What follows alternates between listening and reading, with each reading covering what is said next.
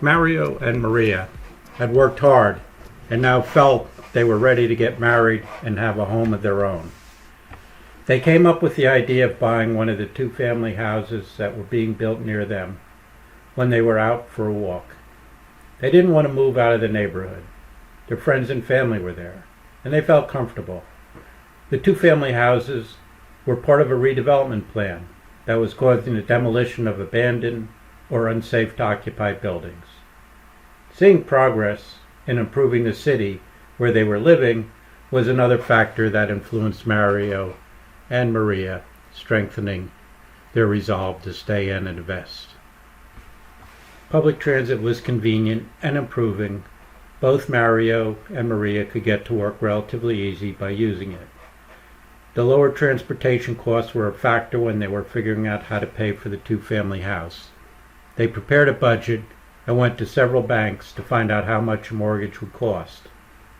At first, some of the banks said they would not be able to give them a loan because they worked as a housekeeper and in construction. The bankers had been burned many times lending to people in these fields because their income fluctuates and is almost impossible to verify. Mario and Maria responded by showing that they were employee members of the workplace community. They each received a W-2 and filed their taxes. They showed the banker their income tax filings for the last few years.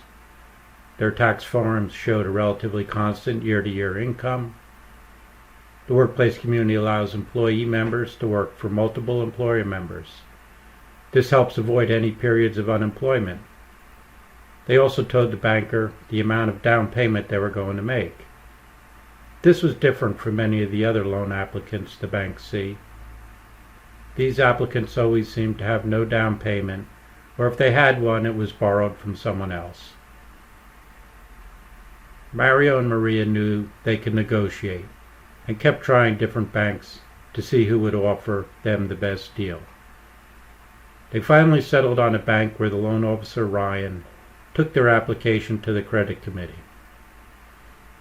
Many banks use this credit scoring software program, including Ryan's bank, and when housekeeper and construction worker are entered as occupations, the interest payment is increased significantly because of the perceived risk. Ryan did his homework, including checking out the workplace community, and was able to convince the credit committee that Maria and Mario were a lower risk. This reduced Maria and Mario's interest rate to what a couple with salary jobs would pay. In fact, the bank even thought the Mario and Maria loan was good enough to keep on their books, instead of selling it off as soon as they could.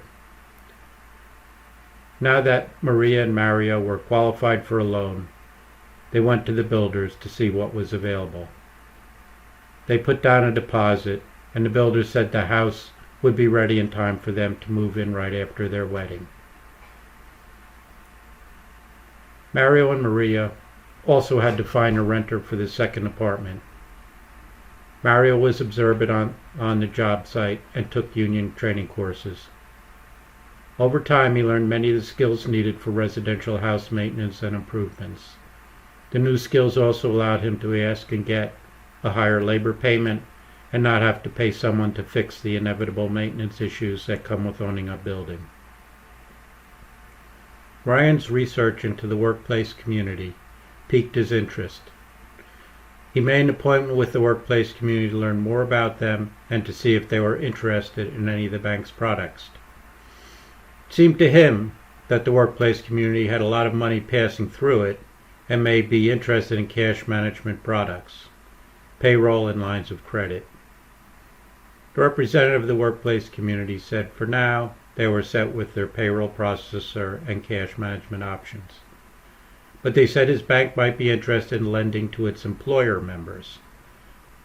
Since the workplace community did not extend credit, the money for payroll and expenses had to be in the employer member's account a specified number of days before the employee member was paid. The representative told Ryan they had a program where they would refer their employer members to banks who would extend credit to cover mismatches in invoicing and payroll requirements. Since Ryan was trained in economics, he asked, "What is an economist member?" The representative said that firms and academics could become economist members if they wanted access to the data that the workplace community had on labor payments by time of year and qualification. He found out the membership fee was reasonable. He was thinking ahead. He wanted to work on commercial and industrial loans. He thought the information the workplace community provides would give the bank the ability to better check the labor cost assumptions of the loan applicants. When Mario and Maria told their friends, Ryan soon had a steady stream of qualified mortgage applicants. Ryan's work enabled the bank to grow a profitable mortgage loan portfolio from a previously underserved population group.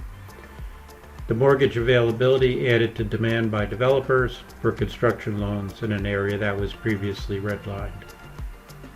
The bank recognized Ryan's work and he was promoted.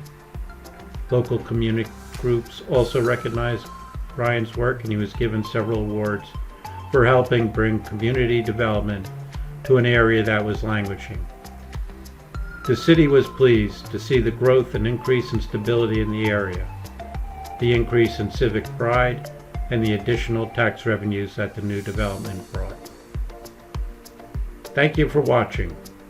Please view our other videos for more information about SFHAX, the workplace community, or contact workplace.advisor@sfhax.org.